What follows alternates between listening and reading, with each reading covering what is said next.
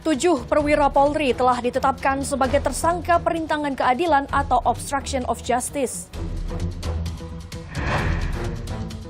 6 oknum TNI Angkatan Darat ditetapkan tersangka kasus pembunuhan disertai mutilasi terhadap 4 warga sipil di Mimika, Papua. Kenaikan harga BBM subsidi diwarnai unjuk rasa di gedung DPR Senayan, Jakarta. Halo, selamat malam saudara. Anda kembali menyaksikan program Laporan Khusus yang berisi berita pilihan dari redaksi akan menemani Anda selama 30 menit ke depan. Bersama saya Gracia Adur, inilah informasi selengkapnya.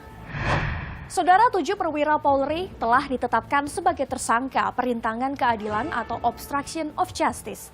Bareskrim menyebut para tersangka diduga memindahkan hingga merusak rekaman vital CCTV pembunuhan Brigadir Yosua. Bareskrim Polri memeriksa istri Ferdy Sambo, Putri Chandrawati, menggunakan alat pendeteksi kebohongan atau lie detector di Pusat Laboratorium Forensik Puslap 4 Sentul, Bogor, Jawa Barat hari ini. Kadif Humas Polri, Irjen Dedi Prastyo, mengonfirmasi pemeriksaan PC tersebut melalui pesan singkat kepada Kompas TV.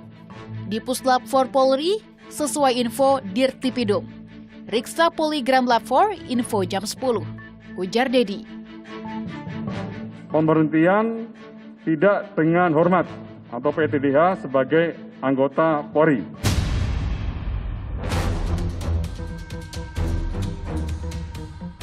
Komisi Kode Etik Polri (KKEP) memecat 2 perwira karena terbukti melakukan pelanggaran kode etik dalam penyidikan kasus pembunuhan Brigadir Yosua. Kompol Baikuni Wibowo dan Kompol Cuk Putranto, 2 tersangka perintangan keadilan atau obstruction of justice, diberhentikan secara tidak hormat dalam sidang kode etik profesi Polri pekan lalu. Tak terima atas sanksi ini, Cuk Putranto dan Baikuni Wibowo mengajukan banding. KKEP juga telah memecat Ferdy Sambo pada sidang kode etik 26 Agustus lalu. Ferdy Sambo pun menyatakan banding atas putusan tersebut. Sidang etik Polri kembali digelar Selasa pagi ini guna memeriksa Kombes Agus Nurpatria. Ada 4 perwira yang juga tersangka perintangan keadilan kasus pembunuhan Brigadir Yosua. Keempat perwira Polri tersebut ialah Brigjen Hendra Kurniawan, Kombes Agus Nurpatria, AKBP Arif Rahman, dan AKP Irfan Widianto. Nama AKP Irfan Widianto muncul belakangan dan menjadi satu-satunya perwira Polri dari Bareskrim yang ditetapkan sebagai tersangka perintangan keadilan. Polisi berusia 36 tahun ini dikenal sebagai polisi berprestasi. Peraih Adi Makayasa, yakni penghargaan lulusan terbaik dari Akademi Kepolisian pada tahun 2010. Kala itu, anugerah bergengsi ini diberikan langsung oleh Presiden Susilo Bambang Yudhoyono. Sementara itu, Siali Syah, istri salah satu tersangka obstruction of justice kasus pembunuhan Yosua, Brigjen Hendra Kurniawan, Siali Syah buka suara terkait status tersangka sang suami. Melalui akun Instagramnya, Siali mengunggah surat dari Ferdy Sambo yang menyatakan suaminya tak terlibat perusakan rekaman CCTV di Duren 3. Dalam hal ini, perlu saya tegaskan bahwa tidak ada keterlibatan Brigjen Polisi Hendra Kurniawan dan Kombes Polisi Agus Nurpatria terkait pengerusakan DVR CCTV Pos Satpam Duren 3. Surat ini membubuhkan nama Ferdy Sambo dan tanda tangan bermaterai dengan keterangan 30 Agustus 2022. Sementara itu, Kejaksaan Agung mengembalikan berkas perkara Ferdy Sambo dan para tersangka lainnya dalam kasus pembunuhan berencana Brigadir Yosua. Berkas perkara yang telah diserahkan 19 Agustus lalu dinilai masih kurang bukti. Pasca rekonstruksi pembunuhan Brigadir Yosua, Lembaga Perlindungan Saksi dan Korban (LPSK) mengungkap Barada Eliezer sempat kesal terhadap kesaksian tersangka lainnya. Pasalnya, Eliezer telah memberikan keterangan konsisten sedangkan tersangka lainnya dinilai bersikap kontra. Namun, LPSK tak merinci perubahan sejumlah keterangan yang dimaksud Eliezer. Ada beberapa adegan yang sepertinya disangkal oleh tersangka yang lain gitu loh. Ya, itu dia kesal, tetapi itu kan wajar saja. Tersangka kan berhak untuk menyangkal. Itu yang kami jelaskan pada yang bersangkutan. LPSK memang tak merinci keberatan Eliezer, namun dalam rekonstruksi yang digelar Selasa pekan lalu tergambar beberapa adegan berbeda versi. Salah satunya tampak dari adegan Verdi Sambo mengarahkan senjata ke pemeran pengganti Brigadir Yosua. Dalam versi yang lain tampak Barada Eliezer yang mengarahkan senjata ke pemeran pengganti Brigadir Yosua. Sambo kemudian mengambil senjata dari Eliezer dan menembakkan ke dinding. Perbedaan keterangan antara para tersangka saat rekonstruksi berlangsung bahkan membuat beberapa adegan rekonstruksi terpaksa diperankan oleh pemeran pengganti. Namun, perbedaan keterangan ini tak membuat pengacara keluarga Yosua khawatir karena status Barada Eliezer sebagai justice kolaborator. Tidak ada yang saya khawatirkan. Selama keterangannya Eliezer berbeda dengan FS, itu adalah hal yang positif. Oke. Tidak perlu ada yang dikhawatirkan kalau berbeda. Rasanya nekat sekali kalau almarhum Yosua melakukan kekerasan seksual. Biasanya pelaku itu memastikan tidak ada saksi.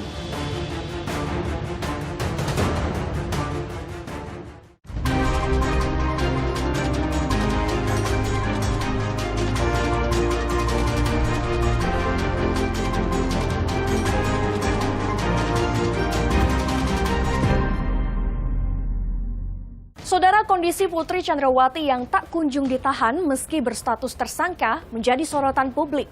Polisi menyebut kuasa hukum Putri meminta kliennya tak ditahan dengan sejumlah alasan.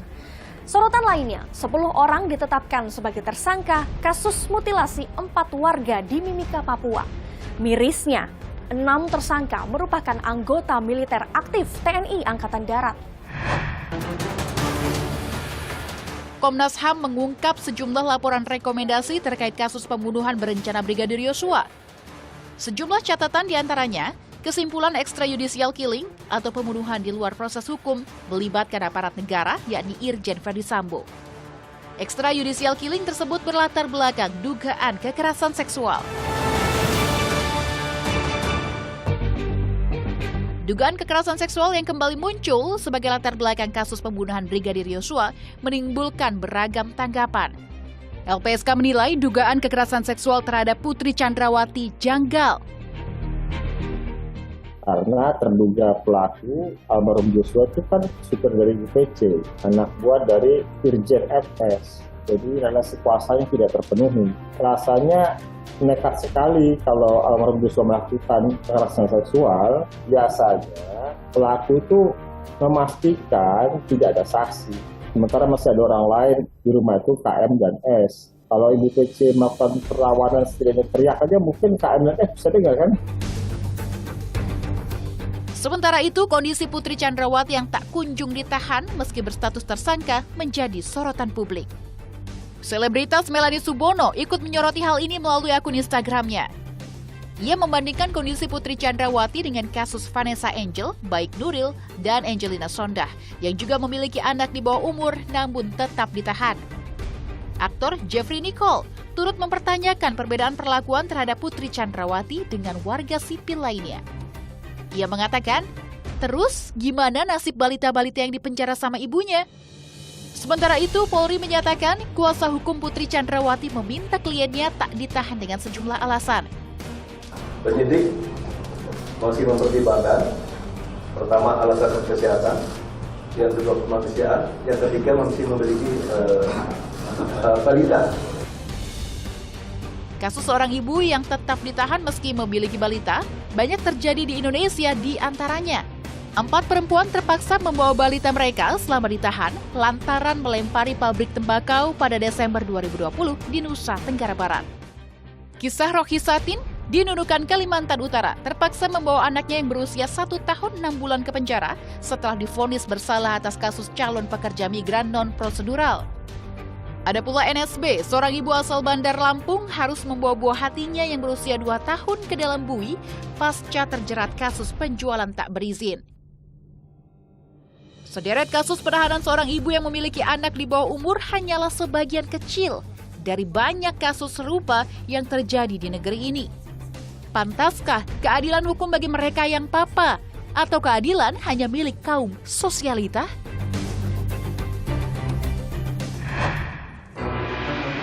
Beralih ke sorotan lain di Mimika, Papua. Sebanyak 10 orang ditetapkan sebagai tersangka kasus mutilasi 4 warga di Mimika, Papua. Mirisnya, 6 tersangka merupakan anggota militer aktif TNI Angkatan Darat.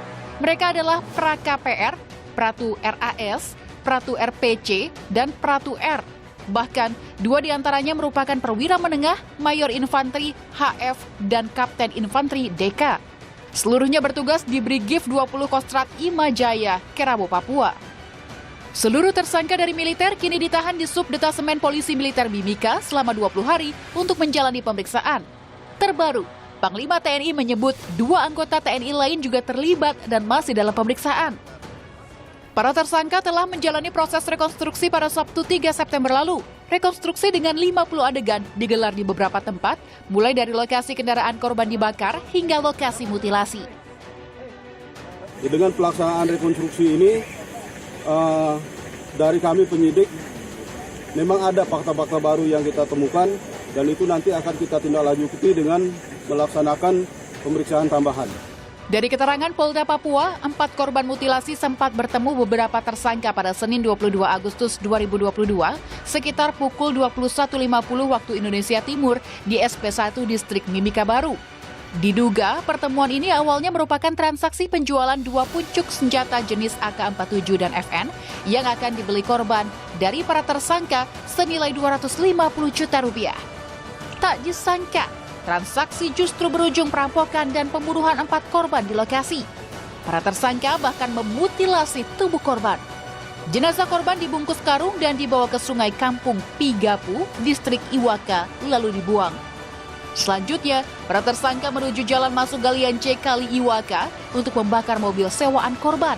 Dalam rekonstruksi juga menampilkan adegan penjemputan tersangka Mayor berinisial HFD di depan Mako Brigif 20 usai korban dibunuh. Keesokan harinya, para tersangka berkumpul di gudang milik tersangka berinisial APL untuk membagi uang rampasan 250 juta rupiah. DPR menyebut kasus pembunuhan disertai mutilasi terhadap 4 warga Mimika Papua yang melibatkan anggota TNI Angkatan Darat merupakan tragedi kemanusiaan. Dalam rakar DPR bersama Panglima TNI dan jajarannya, DPR Komisi 1 meminta Panglima TNI mencari akar masalah kekerasan di Papua yang melibatkan anggota TNI. Nah, bagaimana kita kemudian menempatkan seolah-olah kasus mutilasi ini hanya sekedar geser ke urusan polisi sidik, gelar perkara selesai. Oh, saya akan tindak tegas. Presiden mendukung Panglima TNI untuk membantu. Pak, that's not point, Pak. Bukan itu poinnya, Pak. Bapak matikan pun yang 6 itu, nggak ada gunanya itu, Pak. Tapi telisik ke belakang, Pak. Ada apa sih, Pak? Panglima TNI Jenderal Andika Perkasa berjanji akan menindak tegas kasus ini dengan pasal berlapis. Selain itu, Andika juga memastikan evaluasi terkait operasi TNI di Papua dan upaya menghilangkan kultur kekerasan di internal TNI akan terus berjalan. Itu sudah saya sebutkan, prioritas pertama saya. Karena apa? Karena saya orang dalam. Saya tahu apa kecenderungan kultur di dalam TNI, sehingga itu menjadi prioritas pertama saya. TNI harus bisa profesional dan berdiri di atas peraturan perundangan. Evaluasi berjalan terus, tapi sementara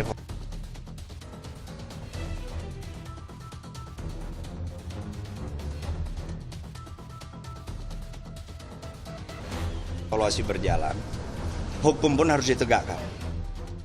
Sebelumnya, ada dugaan korban mutilasi di Mimika, Papua merupakan simpatisan kelompok kriminal bersenjata.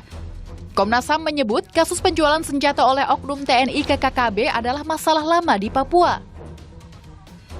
Panglima TNI dalam beberapa waktu lalu bertemu kami juga mengakui bahwa salah satu masalah di dalam penanganan keamanan di Papua, ya memang ada oknum-oknum TNI yang melakukan pelanggaran-pelanggaran gitu dengan misalnya menjual amunisi atau menjual senjata. Kasus penjualan senjata dan amunisi kepada kelompok kriminal bersenjata di Papua bukan kisah baru. Dalam laporan Aliansi Demokrasi untuk Papua, dari tahun 2011 hingga 2021, 51 orang dipidana karena menjual senjata atau amunisi ke KKB dengan total keuntungan miliaran rupiah.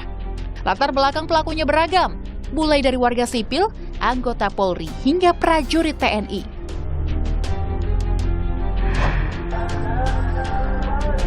Jika kendaraan roda 4 yang diperbolehkan adalah sampai dengan 1.500 cc, maka otomatis ketika nanti di atas 1.500 masuk ke Pertalite, ini nozzle-nya nggak akan keluar.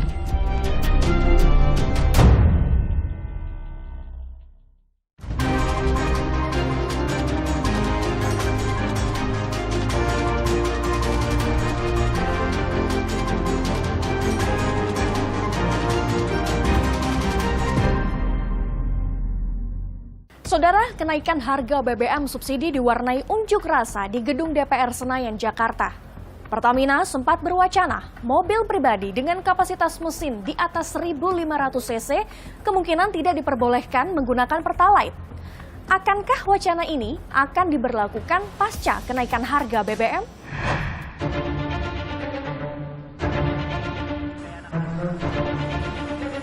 Ini adalah pilihan terakhir pemerintah.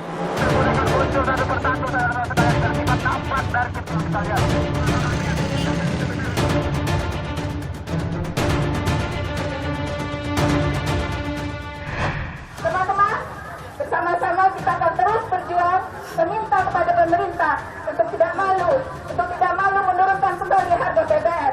Belum sepekan diumumkan, kenaikan harga BBM subsidi diwarnai unjuk rasa. Para buruh dan berbagai elemen lainnya berunjuk rasa menolak kenaikan harga BBM di depan gedung DPR Senayan, Jakarta, Selasa siang. Mereka menuntut harga BBM kembali diturunkan karena berdampak terhadap harga kebutuhan pokok, tarif transportasi hingga biaya produksi. Buruh mengancam akan terus berunjuk rasa jika tuntutannya tak segera dipenuhi. Karena kami berkeyakinan bahwa Bapak Presiden Joko Widodo akan mendengar suara rakyat. Unjuk rasa tolak kenaikan BBM juga digelar mahasiswa gabungan di Jalan Andi Pangeran Petarani dan Jalan Sultan Alauddin Makassar, Sulawesi Selatan. Demonstran membakar ban bekas di tengah jalan hingga mengakibatkan kemacetan. Sebelumnya pemerintah telah resmi menaikkan harga BBM bersubsidi pada Sabtu pekan lalu. Presiden Joko Widodo menyebut pemerintah terpaksa mengalihkan subsidi bahan bakar dari APBN karena anggaran subsidi dan kompensasi di tahun 2022 telah meningkat 3 kali lipat dari 152,5 triliun menjadi 502,4 triliun dan masih akan terus meningkat. Pemerintah juga menilai subsidi BBM yang digelontorkan lebih dari 70% ini justru dinikmati kelompok masyarakat mampu. Ini adalah pilihan terakhir pemerintah, yaitu mengalihkan subsidi BBM. Sehingga harga beberapa jenis BBM yang selama ini mendapat subsidi akan mengalami penyesuaian. Dan sebagian subsidi BBM akan dialihkan untuk bantuan yang lebih tepat sasaran. Adapun kenaikan harga BBM subsidi sebagai berikut. Pertalite naik dari Rp7.650 menjadi Rp10.000 per liter. Harga Pertamax dari Rp12.000 naik menjadi Rp14.500 per liter. Harga solar naik dari Rp5.150 menjadi Rp6.800 per liter. Kenaikan harga resmi berlaku sejak Sabtu 3 September pukul 14.30 waktu Indonesia Barat atau hanya berselang 1 jam setelah pemerintah mengumumkan kenaikan harga BBM. Alhasil, warga pun menyerbu sejumlah SPBU. Antrian kendaraan pun tak terhindarkan. Antrean baru mengurai setelah pukul 14.30 waktu Indonesia Barat saat harga baru berlaku. Bismillah. Udah gitu aja, percuma ditolongin juga kagak, jadi sendiri. Mungkin kenaikan BBM ini bagi masyarakat tertentu mungkin berat ya. Tapi kita harus memaklumi juga, ini pemerintah juga bukan main-main ngitungnya gitu loh. Menanggapi naiknya harga BBM, Asosiasi Pedagang Pasar Seluruh Indonesia atau APSI memperkirakan harga bahan kebutuhan pokok akan melonjak hingga 30%. APSI khawatir naiknya harga kebutuhan pokok juga akan berimbas pada penurunan daya beli masyarakat. Dikutip dari Kompas.com, Sekretaris Jenderal APSI, Mujibur Rahman, menilai pedagang pasar tengah mengalami kesulitan modal dan daya beli masyarakat berkurang. Di sisi lain, pemerintah telah menyiapkan 3 bantalan sosial untuk menjaga daya beli masyarakat yang beresiko terdampak kebijakan BBM. Sebanyak Rp24,17 triliun dialokasikan untuk 3 jenis bantuan. Di antaranya, bantuan langsung tunai sebesar Rp12,4 triliun untuk keluarga kurang mampu. Subsidi upah Rp9,6 triliun untuk 16 juta pekerja dengan gaji maksimum Rp3,5 juta per bulan. Bantuan transportasi serta perlindungan sosial tambahan untuk ojek daring, angkutan umum, dan nelayan sebesar Rp2,17 triliun. Untuk bantuan langsung tunai atau BLT BBM telah dibagikan pemerintah sejak 31 Agustus lalu. Dengan total sasaran 20,6 juta keluarga penerima manfaat, masing-masing akan menerima bantuan sebesar Rp300.000 sebanyak 2 kali atau total Rp600.000. Pemberian BLT nantinya akan dilakukan 2 tahap pada September dan Desember mendatang. Sementara itu, pasca kenaikan harga BBM, wacana regulasi pembelian BBM bersubsidi untuk kendaraan pribadi roda 4 kembali mengemuka. Pertamina sempat merumuskan kriteria kendaraan yang bisa mengkonsumsi BBM jenis Pertalite. Mobil pribadi dengan kapasitas mesin di atas 1.500 cc kemungkinan tidak diperbolehkan menggunakan BBM jenis Pertalite. Direktur Pertamina Nike Widiawati menyebut aturan tersebut akan diberlakukan setelah adanya revisi peraturan Presiden tentang penyediaan, pendistribusian, dan harga jual eceran BBM. Jika kendaraan roda 4 yang diperbolehkan adalah sampai dengan 1.500 cc, maka otomatis ketika nanti di atas 1.500 masuk ke Pertalite, ini nozzle-nya nggak akan keluar. Lalu, akankah wacana ini akan segera diberlakukan pasca kenaikan harga BBM? Publik kini masih menanti.